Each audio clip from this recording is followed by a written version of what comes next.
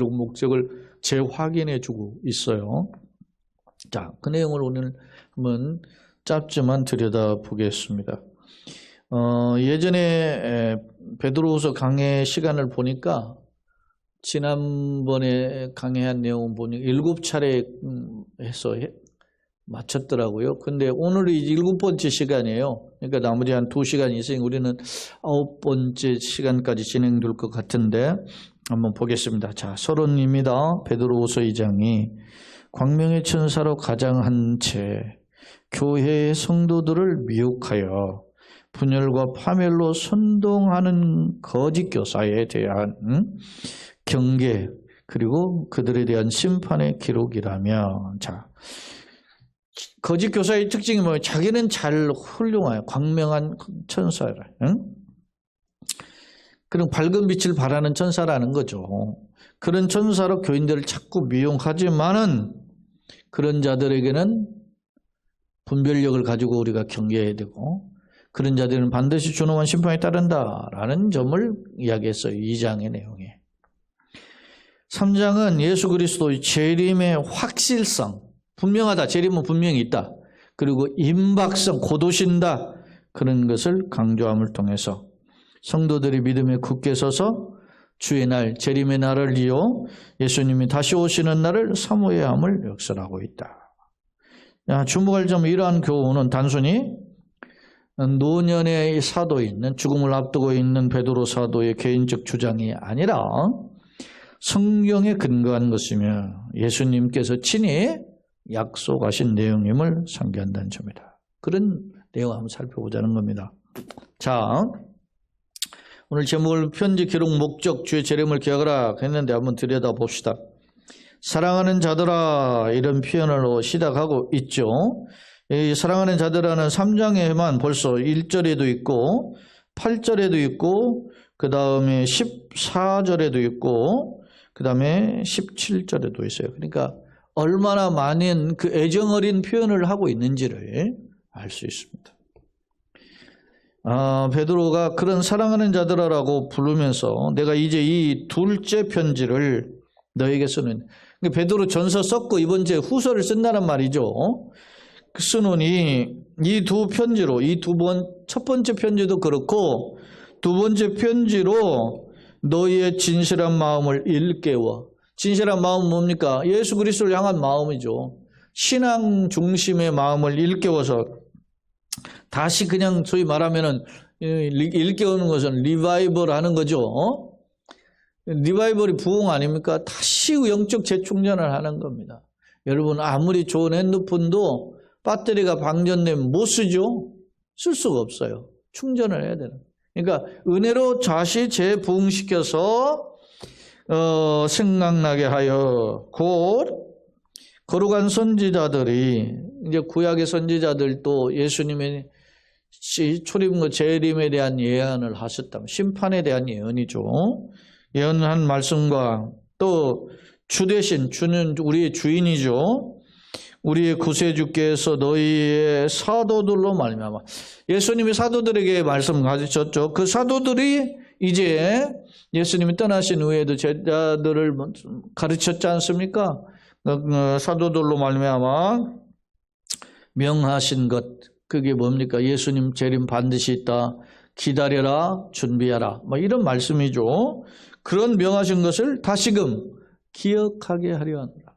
다시금 생각나게 하기 위해서 오늘 이 두 번째 편지, 첫 번째 편지도 썼고 특히 이 두 번째 편지를 쓰게 되었다라고 하는 점을 강조하고 있습니다. 그러니까 여기서 우리가 하나 기억할 거 1절, 2절을 한번 내가 정리해 볼게요. 자, 1절, 2절 내용에는 에데라고 하는 헬라 단어가 빠져 있는데 1절에 이거는 이미라는 말이 있어요. 그러니까 내가 이미 이제 편지를 썼는데 또 쓴다, 그런 뜻이죠. 그러니까 베드로 사도가 아마 우리에게는 베드로전서, 후서 이렇게 돼 있지만 아마 베드로전서를 보내고 이어서 연거푸 보낸 거예요. 후서를 또 썼던 것을 알 수 있어요. 그러니까 뭐겠어요? 마음이 급한 거예요. 에? 누가 급해요?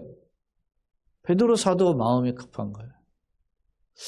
글쎄, 어제 뭐 지금 또 추가로 밥 먹는 동안에 2명 또 이렇게 해서 사망 소식에서 151명 됐다 그래요. 그 중에 여자가 97명, 남자가 54명 이렇게 됐다 그래요. 그 중에 이제 19명인가는 외국인도 포함되어 있다 그러는데, 어제 아침에 일찍 보도에 보면 거기 내용에 10대, 20대가 있다 그랬거든요. 10대면 그러니까 고3생들, 그런 애들도 있다는 거죠. 고등학생도.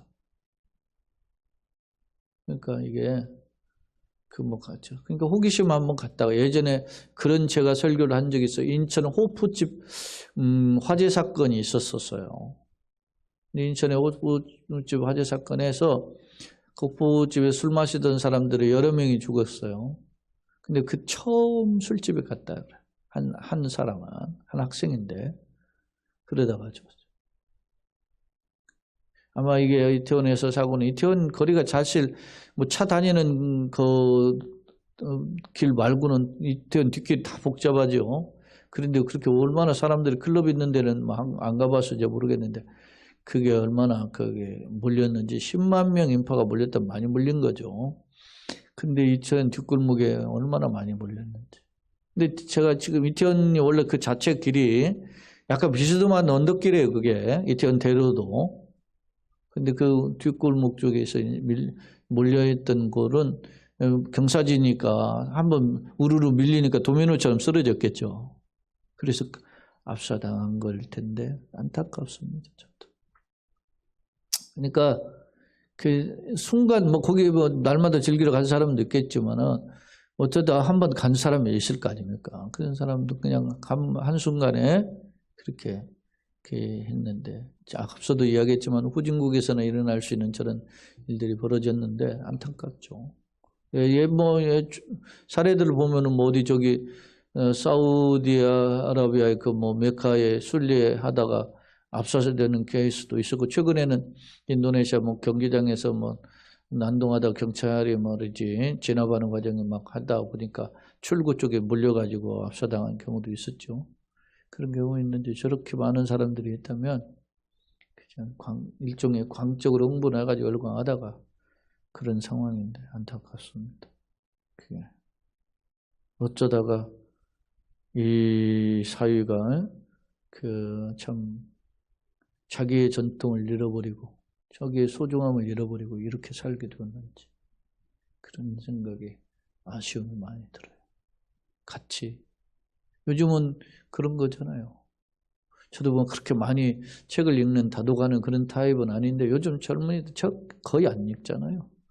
그러는 사회이고, 그 인터넷이나 이런 것들로만 홍수 속에서 빠져들어가는 사회이기 때문에 그것이 전부인 양 살아가는 이 시대, 교회가 대안을 제시해 줘야 되는데 말씀이 대안인데, 이건 또 제가 그런 생각이 듭니다. 제가 지난주 그 전주에 그 2주를 산에 오르면서 이렇게 세라, 그런 생각이 들더라고. 나는 얼마나 살았나, 어떻게 붙잡았나, 별의별 생각들이 다 들더라고. 그런데 내가 얼마나 예수님을 깊이 모셨나, 그럼 별 생각이 다 드는데, 오늘 이 베드로 사도가 죽음을 목전에 두고 급한 거예요. 편지 한번 보내고 연거푸 이어서 또 보낸 거예요. 그 편지를 쓴 목적이 뭐냐 이거예요. 그것은 진실한 마음을 일깨워서 다시 복음을 생각나게 하려고 한 거예요. 근데 그 복음의 일깨우는 핵심이 뭐냐 보니까 곧 거룩한 선지자들이 예언한 말씀, 심판이에요 이게.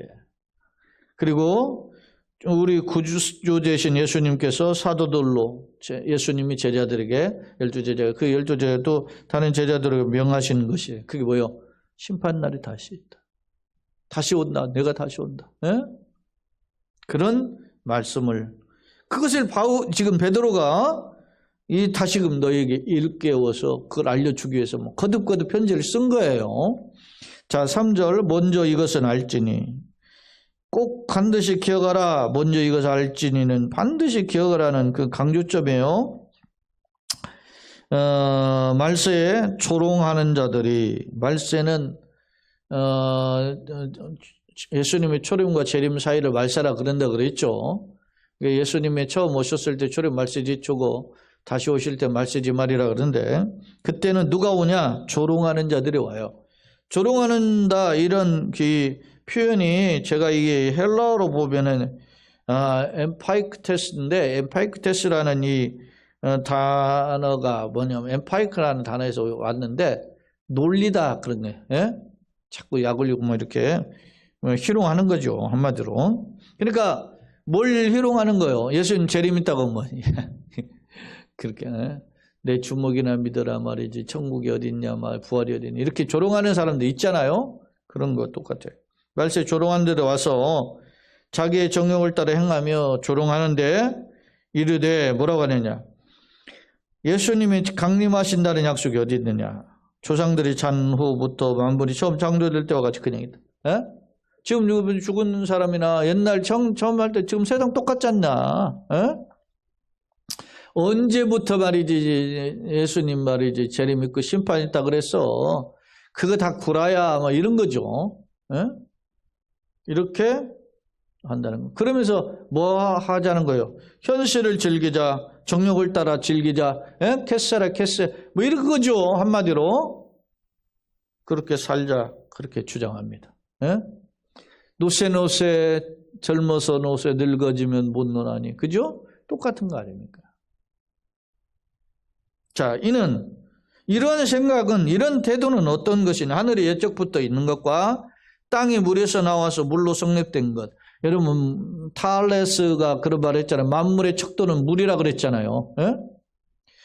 이게 탈레스가 왜 굉장히 상당히 근거가 있냐면, 태초에 하나님의 신이 수면 위에 운행하시다 그랬잖아요. 물과 물을 나누고서는 하잖아요. 그러니까 이 땅이 말이지 물로 덮여 있었음을 안다, 뭐 이렇게 주장하는 과학자들이 있는데, 탈레스 옛날 소위 철학자죠. 만물의 척도는 물에서 시작이 됐다, 뭐 이렇게 주장하는데, 여기 보면 하늘이 옛적부터 있고 땅이 물에서 나와서 물로 성립된 것도 하나님 말씀으로 된 것을 그들이 일부러 잊으라. 이런 상황에 배치해서라 하고 말이죠. 이렇게 한 것, 그런 하나님의 창조의 세계들을 전혀 인정하지 않고 하려고 하는 태도가 옛날부터 있었다. 그것도 아주 부정한다. 예? 그런 겁니다. 사람들, 여러분 소위 말하면 자연이라고 하는 걸, 내추럴이라고 하는 이 자연이라는 말이 사실은 신학적으로 보면 비성경적 용어죠. 그죠? 스스로작 그럴 연자 아니에요. 스스로 있는 거잖아요. 자연이 그렇게 스스로 있는 게 아니고 하나님이 창조하셨기 때문에 있는 거예요. 신앙의 각도로 보면, 말씀을 통해서 보면. 근데 이렇게 사람들은 두루 잊어요. 응? 자, 이로 말미암아 그때 세상은 물이 넘침으로 멸망. 물이 넘침으로 멸망할 때가 언제죠? 노아의 홍수 아닙니까? 홍수 시절에 노아가 몇 년 동안 외쳤어요, 방주를. 방주 지으면서 외쳤죠. 120년간 방주를 쳤어요. 방주를 치면서 외쳤어요. 하나님이 심판하신다. 근데 배를 어디서 지어요? 산꼭대기에서 짓잖아요, 지금. 아라산 위에 꼭대기 짓는단 말입니다. 사람들이 보기엔 노아가 미친놈이죠. 배를 만들어도 홍수 때 떠내려가니까 짓는다고 하더라도 말이죠. 바닷가에서 짓는다면 말이 되는데 이걸 어디서 접니까? 산 꼭대기 지니까. 하나님의 계시로 노아는 안 거죠. 천하 모든 산지가 다 물에 잠기니까. 그러니까 산 꼭대기 짓는 거죠. 근데 그거를 누가, 홍수 때 망하는 사람들이 그걸 노아의 메시지를 120년 들었는데 귀가 따갑게 들었겠죠. 그런데 들은 사람이 없잖아요. 노아와 노아의 가족들밖에 없잖아요. 예? 아들 삼형제, 자기 부부, 아들 삼형제 부부 8명밖에 없는 겁니다. 자, 그렇게 그때 멸망했는데 이제 하늘과 땅은 현재 이제 하나님 땅은 그 동일한 말씀으로 심판의 말씀이죠. 동일한 말씀은 불사르기 위하여 불심판이죠. 옛날에는 물심판, 홍수심판으로 심판을 받았다면 이제는 불의 심판으로 어떻게 보호하신 바 되었다가 경건하지 아니한 사람들이 심판과 멸망을 아직 보존하여 두신 거예요. 아직 지금 이제 불의 심판이 이루어지지 않았죠. 그 시간 동안에 우리에게 지금 보존되어 있다는 거죠. 사실은 성경에서 말씀하는 이 심판은 우리 주변에 소위 말하면은 뭡니까? 비유적으로 많은 걸 보여줘요. 예를 들면은 하루를 살면서도 심판을 있음을 깨닫게 하는 거예요. 하나님 물려는 빛이 있고 낮이 있고 광명한 이런 대낮같이처럼 활동하다가 저녁이 찾아오고 밤이 찾아오잖아요. 하루도 일과 속에 그렇고 1년도 그렇게 해서 봄, 여름, 가을, 겨울을 통해서 싹이 나고 꽃이 피고 열매 맺고 하다가 와르르 떨어져서 이제 추수되죠. 우리가 산에 요즘 지금 10월 말쯤 이렇게 되면은 단풍이 절정이 아니겠어요?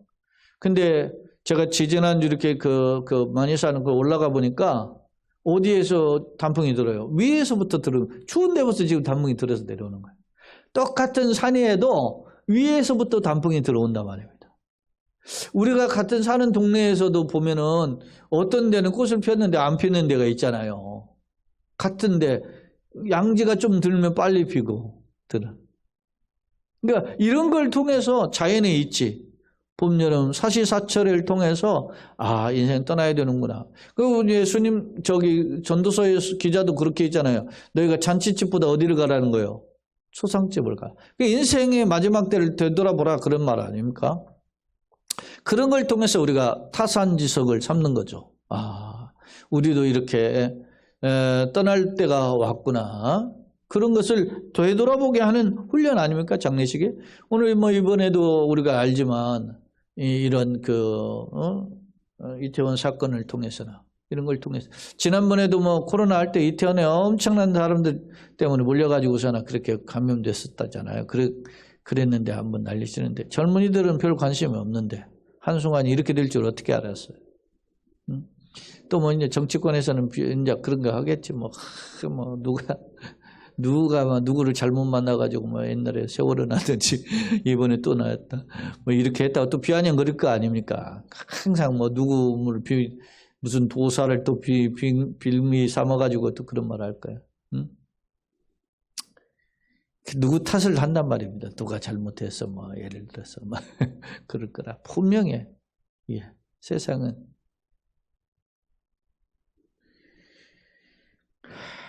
우리 답답함이 있죠. 이런 세상 속에서 우리가 어떻게 되느냐.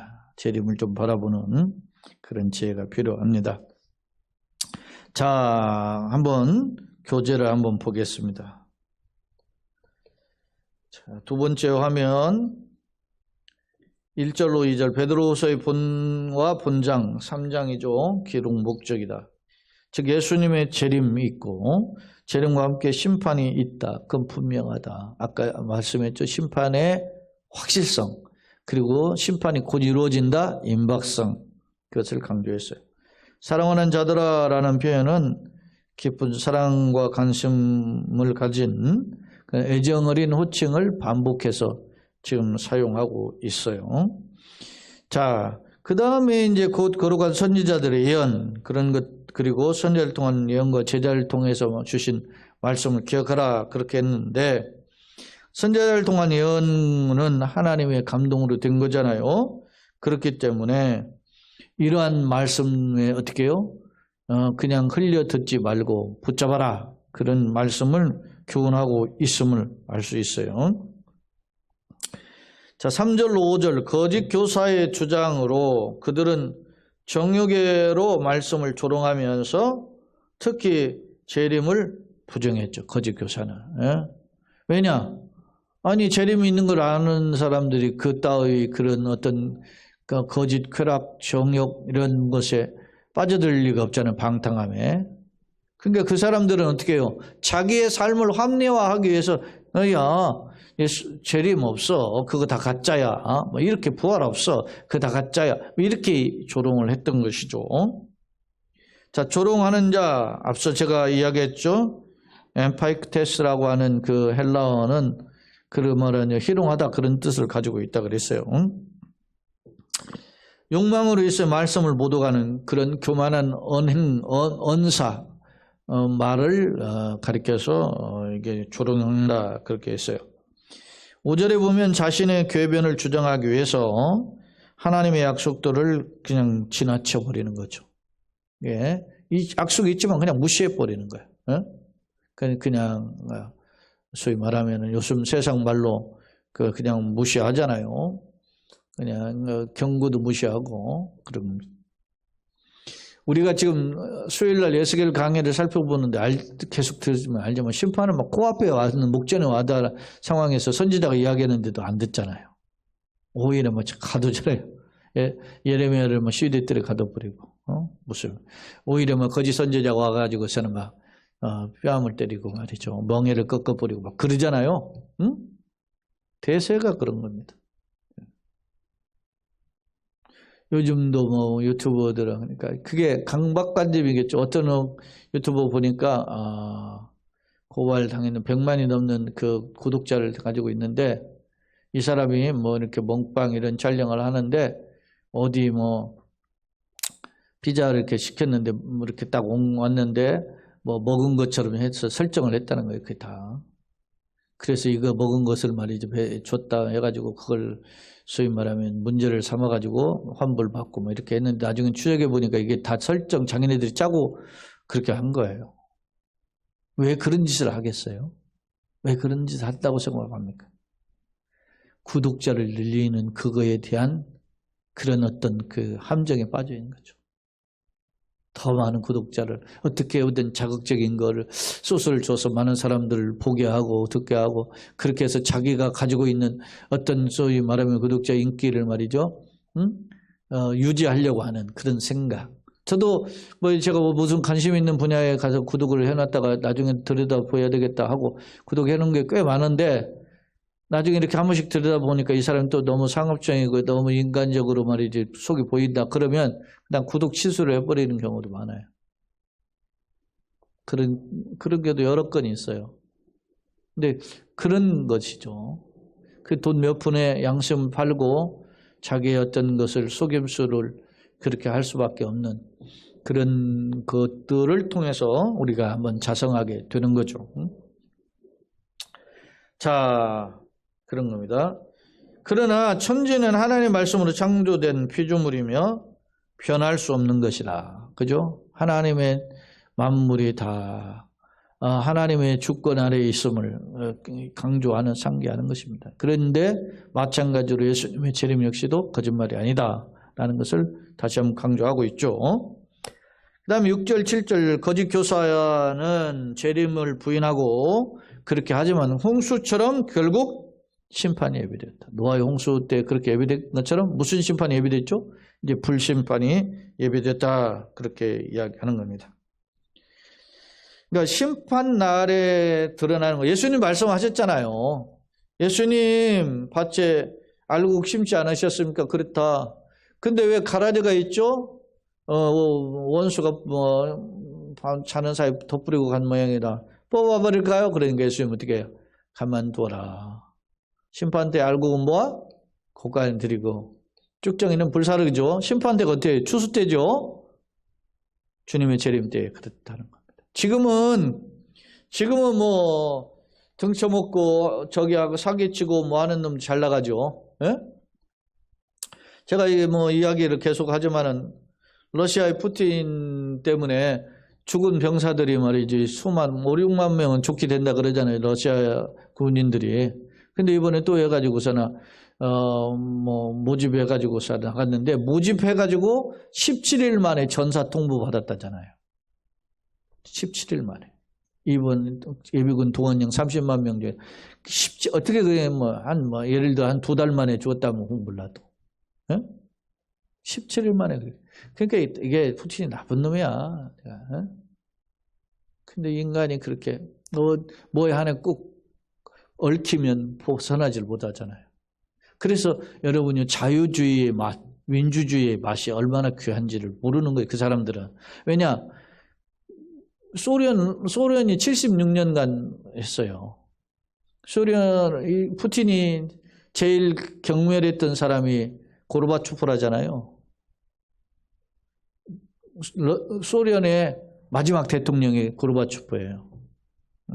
근데 이 사람은 서방 세계나 이런 입장에서 보면 최고의 어떻게 해요? 열린 사람이에요.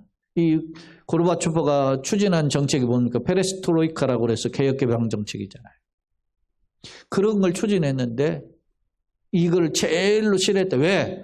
그렇게 하다 보니까 구소련이 76년 만에 와르르 무너졌는데 그 무너진 게 예를 들어서 보세요. 소비에트 연방이잖아요. 그 연방들이 다 분리된 거예요. 우크라이나도 원래 소련이었다고 말. 예? 그랬는데 그게 무너지면서 그게 이제 분리된 거죠. 근데 푸틴의 생각은 뭐냐? 그 무너진 연방을 다시 재건하는 거예요. 그래서 자기 쪽 안 오고 딴 데 가서 있는 놈들은 손보아 준 거죠. 그 손보아 준 게 뭐냐면 이 우크라이나 전쟁 아닙니까? 예를 들어 뭐 우즈베키스탄 투르메니키스탄 타지키스탄 키르기스탄이라든지 이게 이런 나라들도 원래 소비에트 연방이잖아요.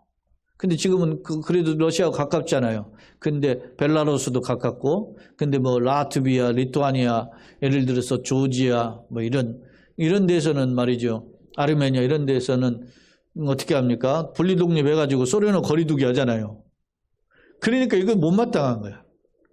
그래서 그걸 재건하려고 시도한 첫 번째 케이스가 우크라이나인데. 안타깝죠. 이번에 뭐 후진타오가 시진핑 이전에 주석인데 참석했다가 일종의 뭐 강제적으로 끌려나가는 듯한 영상이 나왔었잖아요. 근데 중국은 전통적으로 내가 바로 다음 후계자를 지정하는 게 아니고 10년 뒤에 지정하는데 내가 10년 뒤에 지도자를 지정하는데 그러니까 지금 시진핑을 지명한 사람은 장쩌민이라고 그래요. 후진타오가 지명을 해야 되는데 시진핑 타오 지명해야 되는데 그걸 자기가 독재하니까 이제 못한 게 된 거죠. 그러니까 그런데 이렇게 한 그 후진타오를 그럼 지명한 사람이 누구냐면 등소평이랍니다. 네? 등소평이 중국의 소위 개혁 개방 공산주의지만은 개방 정책을 추진한 사람이 등소평이거든요. 근데 이런 것들을 못마땅하고 이제는 막 하잖아요. 시황제라고 하죠. 시황제, 시진핑 황제, 진시황제 같이. 그 왜 그렇게 해요? 자기들이 천년만년 살 것 같죠. 심판을 모르기 때문에 그런 거예요. 내일 모레 심판이 오는데 그런 짓을 하겠습니까? 내가 주님의 심판대 앞에 서가지고서는 막 발발발발 떨 슬피 울며 이를감이 있으리라 이런 상황에 처하게 될 때 되는데 저 짓 하겠어요? 시진핑 같이? 푸틴 같이? 김정은 같이 그 짓 하겠습니까? 회개하겠지. 아는 사람은 뒤늦게 정신을 차린 거. 하하, 내가 학문이 아무것도 아닌데 가지고 건방 떨었구나. 내가 돈이 아무것도 아닌데 이거 가지고 건방 떨었구나. 아, 내가 권력이 아무것도 아닌데 이거 가지고 건방 떨었구나. 심판을 아는 사람들 깨닫게 되는 거죠. 그게. 자, 다시 말씀 돌아와서 세 번째 화면입니다. 거짓 교사의 주장과 베드로후서 3장의 주제예요. 자, 거짓 교사들의 주장이 뭡니까? 예수님이 재림이 없다. 부정하죠. 그러면 시간이 흐르면서 임박한 종말론에 대해서 회의해요. 왜냐? 시간이 흘렀는데도 예수님 재림 안 오니까 가짜다 이렇게 하고 정말 그럴까 하고 긴가민가. 앞서 제가 이야기했잖아요. 시작하면서 목회 내가 이렇게 하면서 예전에 선배 목사님들 참 교회 참 이렇게 부부나 이렇게 가족 이렇게 들고 예배 드리는데 어떻게 저렇게 예배 드릴까 이렇게 했는데 이제 내가 그 상황이 됐다. 에?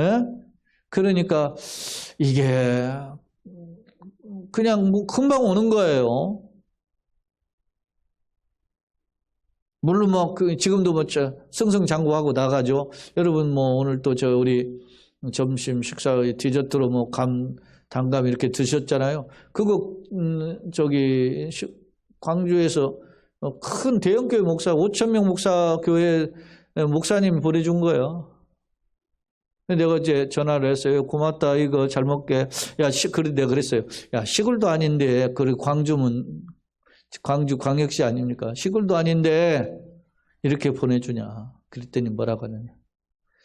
자기 바로 옆에 시골 옆에 붙어 있으니까 우리 교인들 중에 목사님과 드시러 갖고 오는 분들이 많다 이거. 그래 그냥 저만 보내준 게 아니고 제 친구들 10여 명 같이 기도 그룹이 있는데 그거 보냈을 거 아닙니까? 어? 그것도 정성이죠, 그게. 예? 그게. 여러분, 큰 교회는 뭐, 건방 떨고, 작은 교회 상종도 안 하는 목사들 많아요. 그런데 그게 쉽지 않죠. 고맙다. 자었던 성이 신경 써줘서 고맙다. 그래서 쌀도 한 가마 보냈어? 그래서, 야, 내가 이렇게 굶주려 사는 줄 알고 네가 보내주는 거 없다. 내가 그때 묻자고 그랬는데. 근데 올해뿐 아니에요. 작년에도 보냈었고 재작년에도 보냈어요. 그게 사랑이지 그게. 예? 그게 여러분 그게 감사한 거죠. 자, 두 번째 이신칭의에 대한 왜곡. 믿음으로써 옳다함을 얻는다라는 구원은 어떻게 받아요? 믿음으로 구원받는 거예요. 그걸 이제 부정하는 거죠. 예수 안의 자유를 오히려 어떻게 해요? 그냥 방종, 타락으로 삼는 기회를 삼았단 말입니다. 자, 쾌락주의죠. 그게 결국 양심의 화인, 불도장을 맞은 제가 화인이라는 거 한자로 적은 불화자, 도장인자잖아요. 양심의 불도장을 맞아가지고 누가 불도장 맞죠? 우리 보면 누가 맞아요? 내 거라고 도장 찍잖아요. 어디다가 말이나 소 뭐 이런 거 찍죠. 근데 옛날 누구에게 도장을 찍었어요? 이 화인을 노예에다가 찍었다면 노예에다. 양심에 무슨 화인을 맞은 거예요 지금?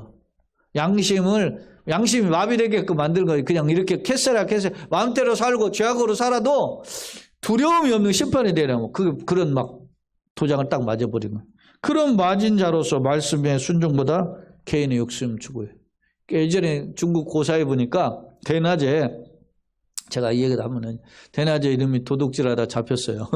너 아무리 그래도 그렇지 밤에 담 넘고 그러는 거 보통 상식인데 도둑놈들도 그런데 어떻게 대낮에 그러니까 아무것도 안 보이고 대낮에 그 도둑질할 생각만 보였다는 거야.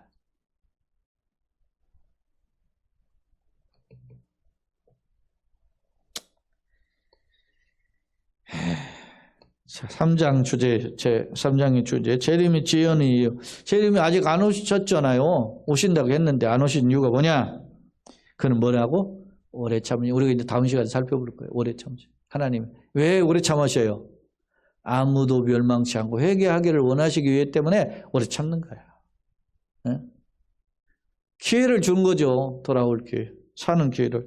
회개의 기회를 준 거죠. 자, 두 번째. 성도의 삶의 방향은 경건한 삶을 살아야 된다. 즉 자유를 우리에게 주셨어요. 그러니까 자유는 방탕함, 타락의 기회가 아니라 자유는 어떻게 해요? 하나님의 영광을 위해서 절제하는 게 필요하다. 그러니까 고린도전서 9장에 보면 바울사도 내 자신을 처복적시면 내가 복음을 전파한 버림이 될까 두려운다 그러잖아요. 그러니까 굉장히 자기 컨트롤, 자기 셀프 컨트롤을 했단 말입니다. 자기 절제를. 그 다음에 이제 강조점이 뭐예요? 재림신앙. 주의 날을 바라보라. 왜냐? 주의 날을 바라보면 성도는 새 하늘과 새 땅, 신천, 신지에 들어가요. 이거를 줄여가지고 신천지라고 하잖아요. 자기네들 들어간다고. 그래서 신천지예요. 새 하늘과 새 땅에 자기네들만 들어간다. 도장 맞은 사람이 14만 4천 명 들어간다고. 그래서 12지파 나눠가지고서나 12,000명씩 이렇게 해놓잖아요. 그놈들이. 예? 그래서 14만 4천이거든, 그게. 근데 그놈들이 뭐냐? 그래서 신천지, 새하늘과 새 땅에 들어가는 자, 그런 사람들. 이놈들만 못 들어가, 내가 보기에는 그놈들만. 악인은 불심판을 받는 거죠.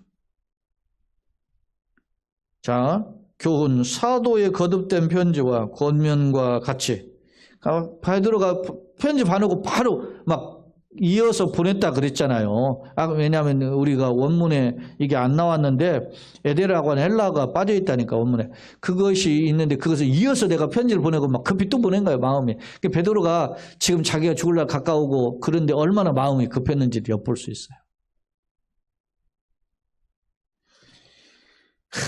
편지와 권면과 같이 나그네 인생을 사는 성도는 시대를 첫째 분별해야 돼요. 이게 지금 우리가 사는데 잘 먹고 잘 살지만 그게 여러분요 생각해 보십시오. 금리가 이렇게 막 소위 말하면 뭐 0.25% 오르는데 0.5% 오르는 빅스텝이라 그랬잖아요. 근데 뭐 0.75% 올리잖아요. 자이언트 스텝인데 막 더 올려야 된다고 주장하는 사람 그걸 보니까 1% 올린다 이렇게 울트라 스텝이라 해야 되는데. 우리나라는 막 지금 미국에서 하니까 막 울며 겨자 먹기를 올리잖아요, 지금. 미국 세상 나쁜 놈이 푸틴 러시아만 게 아니에요. 우리나라 입장에도 보면은 자기네들 선거 앞두고 말이지 현대 자동차에서 뭐 100억 달러인가 투자한다고 발표했는데도 말이지 배터리 혜택 안 준다 하잖아요. 미국 놈들이 나쁜 놈이야, 그게. 그리고 이번에 우리나라가 폴란드 원자력 그 협정 맺으려고 했는데 미국 놈이 이번에 딱 가로챘다잖아요. 57조짜리. 다 자기네들이 먼저인 거야. 뭐 세상을 정의 어쩌고 외쳐봐 소용없어. 다 자기네들 욕심 때문에 그러는 거야. 그러니까 어떻게 보면은 그런 입장에서 보았을 때 저 광화문에 막 태극기 들고 나가지고 흔드는 사람들 한심한 거예요. 어떻게 보면. 미국이 뭐래지 우리를 도와줄래 자기네들도 빨아먹을 게 있으니까 도와주는 건데 그걸 모르고 그냥 막 열렬하게 미국만. 예전에 제가 문재인 대통령 할 때 너무 문재인 대통령 뭐 칭송하고 그래서 내가 댓글에 인터넷 글에 대한 용비어천가 좀 그만 써라고 막 내가 그랬거든요. 그런 게 말이 그치 용비어천가 막 찬양하는 소리 하는 것처럼 소위 말하면 오늘날 뭐예요? 너무 말이지 대통령이나 이런 걸 막 하는 그거 소위 뭐 국뽕이라고 알았잖아요. 그런 사람들이 많아. 이야기가 다른 각도로 갔는데 이런 시대를 잘 분별하면서 거짓 미혹에 흔들리지 말고 재림신앙으로 선한 싸움을 살. 여러분 우리가 만약 준비가 안 됐으면 너 저 우크라이나 짱 나요 금방. 그렇게 하면 미국이 말이지 간 보는 거야. 도와줄까 말까 하다가 도와줘야 될 것 같으면 그냥 무기나 도와주지. 다 쑥대밭 됐는데 지금 우크라이나 재건해야 되는데 500조 든다 하잖아. 500조. 어마어마한 돈. 우리나라보다 인구가 적어요. 지금 우크라이나 인구가 한 4, 5천만 된다는데 우리나라보다 적은데 땅덩이는 큰데 그게 뭐 다 쑥대밭 만들어 놔가지고. 그러고서나 재건하면 무슨 소용이냐고. 수많은 사람 죽었는데. 그러니까 전쟁 안 나는 게 지혜예요. 네?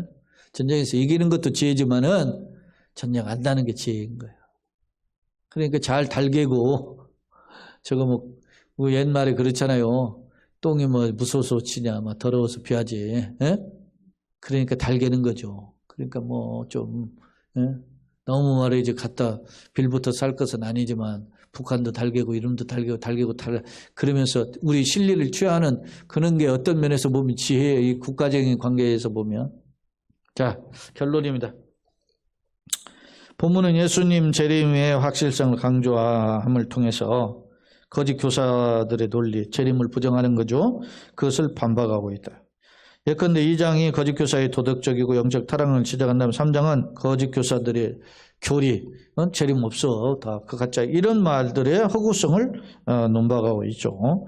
특히 베드로는 거짓 교사에 대해서 준엄한 심판을 경고하는데 그것은 뭐요? 과거에 물로 홍수로 심판한 것처럼 불심판이 있다라고 경고해요. 정리하면 과거 노아의 홍수 심판 때 말씀을 돌아간다 피하지 못한 것처럼 마지막 때 거짓 교사 역시 하나님이 주는 불의 심판을 피할 수 없음을 경고하고 있다. 물론 하나님께서 과거처럼 지금도 회개하기를 바라시기 때문에 그럼 왜 심판이 안 오냐? 회개하기를 바라시기 때문에 기다리고 계신 거예요.